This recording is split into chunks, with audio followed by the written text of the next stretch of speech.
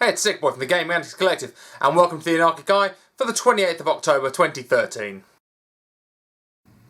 Well, the peripheral makers PDP have designed a wall-mounted bracket for the Xbox One Kinect camera, and what that is designed to do will have a privacy cover that will allow you to cover the cameras on the Kinect, which I frankly think is a good idea, because those of you who are going to buy an Xbox One, I strongly think that you should take all caution with regards to that camera being in your home. I'm not going to be a tinfoil hat conspiracy theorist and say that they're spying on you while you fap, but I am going to say, why would you not take reasonable precautions to limit data gathering that all that is going to do is to profit a large corporation and offer you nothing? To say that you desire tailored advertisements to you, you have every right to feel that, but personally, I think that that is a step too far and, frankly, an invasion of privacy, which is why I'm not going for that. And certainly if I ever ended up with an Xbox One, I would damn well make sure that that Kinect was unplugged at every moment it could be. I would opt out of everything I can opt out of, and I damn sure would be using a cover for that camera. Well, Xbox One exclusive QTE the video game, Ryse Son of Rome, appears to be having a TV show made for it. Which I frankly think is a ridiculous thing, considering the fact this is why Microsoft fuck up their PR on every step they take. Ryse Son of Rome has generally the reputation amongst people who are very cynical gamers that the game looks like a QTE-filled mess. What you then do not want to do is advertise in any way a series, a drama series, of a game that already has minimal interaction. That clearly shows that you are all about TV and, yes, interactive entertainment, but not in the way of actually core gamers would really be interested in. Seems to be a lot of people with a great deal of confidence that Ryse is going to be great, and why? I'm just curious. I have seen nothing that impresses me. If you're impressed by the videos that you've seen, fine. But I find the whole thing a bit bizarre, frankly, when you think there's actually nothing been shown. People arguing that certain games are going to be better than other games. Well, we have no idea whether any of these games are going to be any goddamn good. The only real argument you can be made is on comparative specs and analysis based on PR trends. Those are really the only inferences you can really make with this console generation upcoming. To say that a game you haven't played is better than another game you haven't played is just fucking ridiculous. But Microsoft, Jesus Christ, what the fuck are you doing? I understand making a TV series for Halo, I get that, it's got a massive established fan base. Ryse does not have that. Well, it looks like EA have dropped their contract with Tiger Woods when it comes to the next golf game. So Tiger Woods 14 is going to be the last EA golf game to carry Tiger Woods' name. Now, I'm kind of surprised it took as long as it did to do this, because considering his affair scandal that really kind of rocked his personality and really rocked his PR image, and the fact that he's really not the main name in golf anymore. So that's kind of a weird thing. It's kind of an end of an era and totally unsurprising, but there you go. Well, in absolutely missing a trick and perhaps trying to stick their thumb to their ex-colleagues who went off to form Respawn, or maybe even to Destiny, Activision have teased Call of Duty Extinction mode, which is going to be on Call of Duty Ghosts, which is going to be a alien invasion mode shooting aliens. Apparently 4-player co-op, so pretty much zombies only with aliens. I kind of think they severely missed the boat there without, shooting ghosts or something, Considering that the original zombies thing was a tongue-in-cheek joke, and it's always been a jokey thing. For them to make an equivalent to the Treyarch zombies, you want to make Halo multiplayer? Seriously, this is where you're going with that. Well, I hope it's good to those of you who are clamouring to play it, because frankly, I think that's fucking ridiculous. Well, sequelitis and hesitancy has clearly cost Arkham Origins big time. Now, they opened with good sales in their opening week, but they've only sold half of what they did with Arkham City in their first week. Now, I think this is down to a number of things. Down to all the worries that people had in the first place, and down to the generally lukewarm reviews. And I've been playing Arkham Origins. In general, it's okay. It is not groundbreaking. That is the thing that people have against it most. It's Arkham City 0.5. It is not a full, true sequel, and it seems that WB Montreal were clearly treading water in order to just try and keep as much of the core gameplay as possible. Now, I do have some footage that I will share that is of some of the weird glitching that's going on in the game, and I've never experienced glitching with the previous games. I've got this on the PC, and I'm finding some bizarre glitches.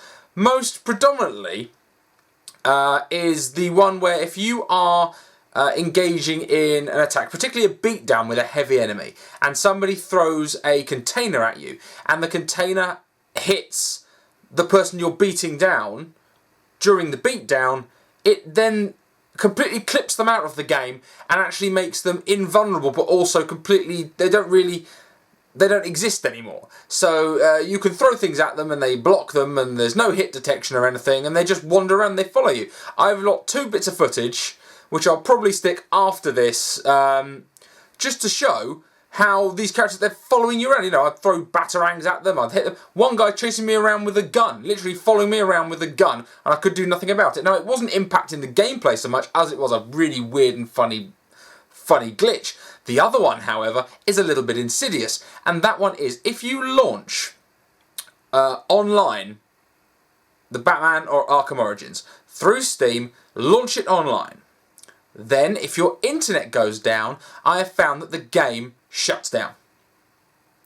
On the grounds that once you connect to the internet, if you lose internet connection, it'll pull you.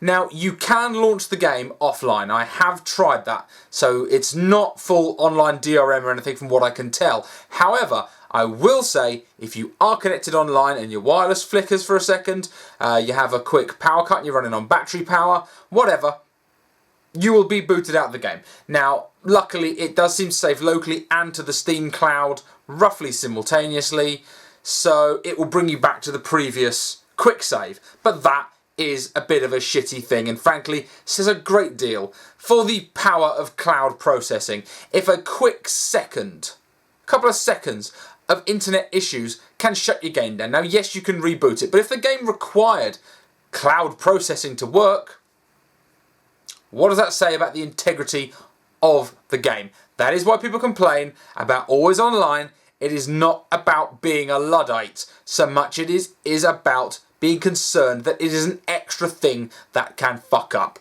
And there is no reason why in-game processing shouldn't be able to be done locally, unless it is for something that is so far ahead of our current understanding of gaming that we can't possibly understand it. Now, right now, using optical media and or digital files locally runs perfectly fine. So unless you have some kind of magical device that you need to process stuff off on your main servers, off in the power of the cloud, well then, feel free.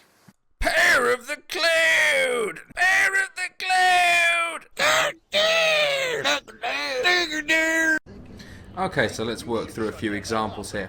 Here's an example where the AI is clearly designed to stealth, and I thought I'd mess with that. So, see, I grappled the guy, I'm having a fight. Look at these 2 guys in the background, look at them, look at them. They're still just talking, they're still going through their little scripted talk. I've clearly done that. That's meant to be a double takedown. Watch as I beat them down, they just stand there like lemons. That's clearly designed to be a scripted stealth section, which I think, yeah, personally don't appreciate that. Okay, now we're going to move into this. This is going to go in sequence of how I played the game. So these are a couple of glitches that I discovered, and I'm going to show it intermittently with the internet issues I had. Okay, so here we go. Blah blah blah blah cutscene. Blah blah blah blah blah blah blah. Right, out they come. Now keep an eye on this guy here, on the brutes with the armor. Okay, this isn't my best combat, so unfortunately I'm going to get hit a couple of times. But anyway, so watch the brute in the armor. I'm going to do a beatdown on him in a minute, and one of the characters is going to try and throw a box at him. But in the meantime, in a couple of seconds, you'll see something a bit weird, and this isn't me pausing the video, this is the thing that happened. So, okay, a couple of seconds now.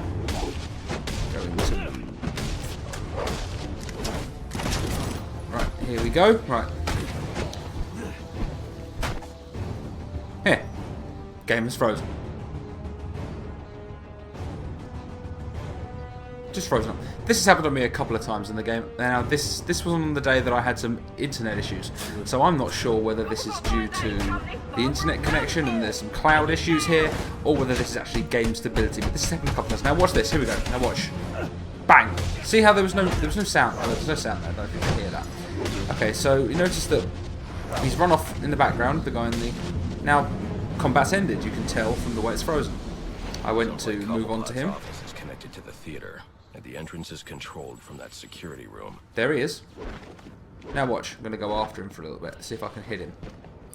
Nope. Can't do. No. No, nothing. Nothing. Look, watch the cape clips through him as well. But then watch. Here we go. No, I've never experienced any of this in the previous Batman games, but this is what I'm getting here. Tried a few other things. I thought I'd try my gadgets. So, see, contacts with him. He's a physical manifestation in the game. Batarangs, again, he blocks the batarangs.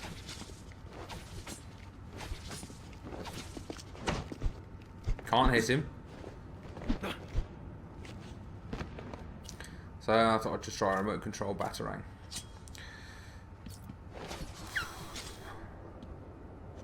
Nothing. Okay. This is a couple of seconds later. Look, you see the guy's still there.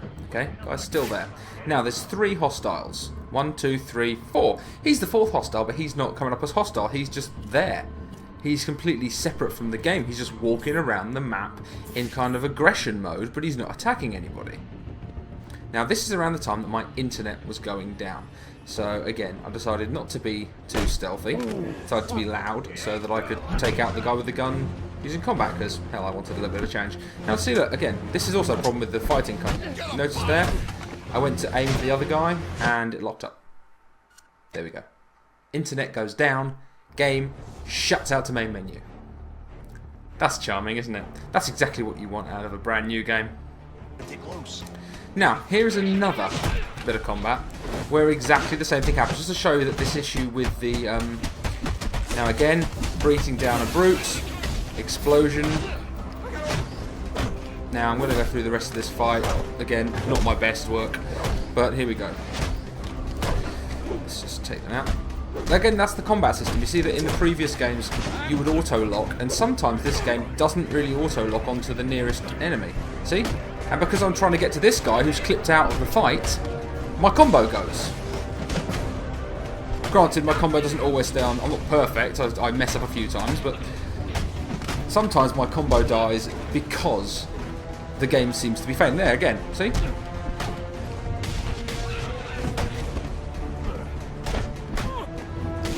It's a bit frustrating. And then see, battle ends again. Watch how he runs off, picks up a gun. There he is. Can't do anything with him.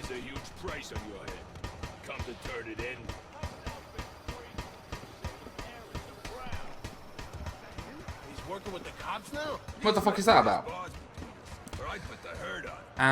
You know, from the sounds of it, this game has had a lot of glitches, and these are just the ones that I've happened to have filmed. Weird shit, no? Well, there you have it. Anyway, just as a quick update to those of you who made it this far, with regards to the Anarchic Eye, going to try and do this Monday through Friday, really Saturday and Sunday, since most of the news outlets tend to shut down, unlike real news journalists who work 7 days a week, 24/7, the gaming media basically shuts the hell down Saturday and Sunday, so there's really nothing worth reporting on, and frankly I need my spare time. So, again, I'll be trying to stick to be doing this Monday to Friday. There may be a few days I miss, certainly if it's a slow news day. But, you know, I'll still be coming on with my rants. And this also does not preclude me doing my top 10 dickheads list, which will be coming up in the next week or so. I'm delaying it slightly because of how badly the last one was delayed, and really having a week and a half between them seems kind of pointless. So I will still be doing that. It's not cutting that out. It's not removing any content from the channel. And going forward, there may be cases where Mr. Sam will actually come on and do some of these videos in my place, just reporting some of the news. He will also hopefully be doing video game releases, which, should be handy to help expand the content on this channel, because this has never really been about just me talking here. It's been about helping out with gamers in general, getting information across as hopefully a bit of entertaining fun.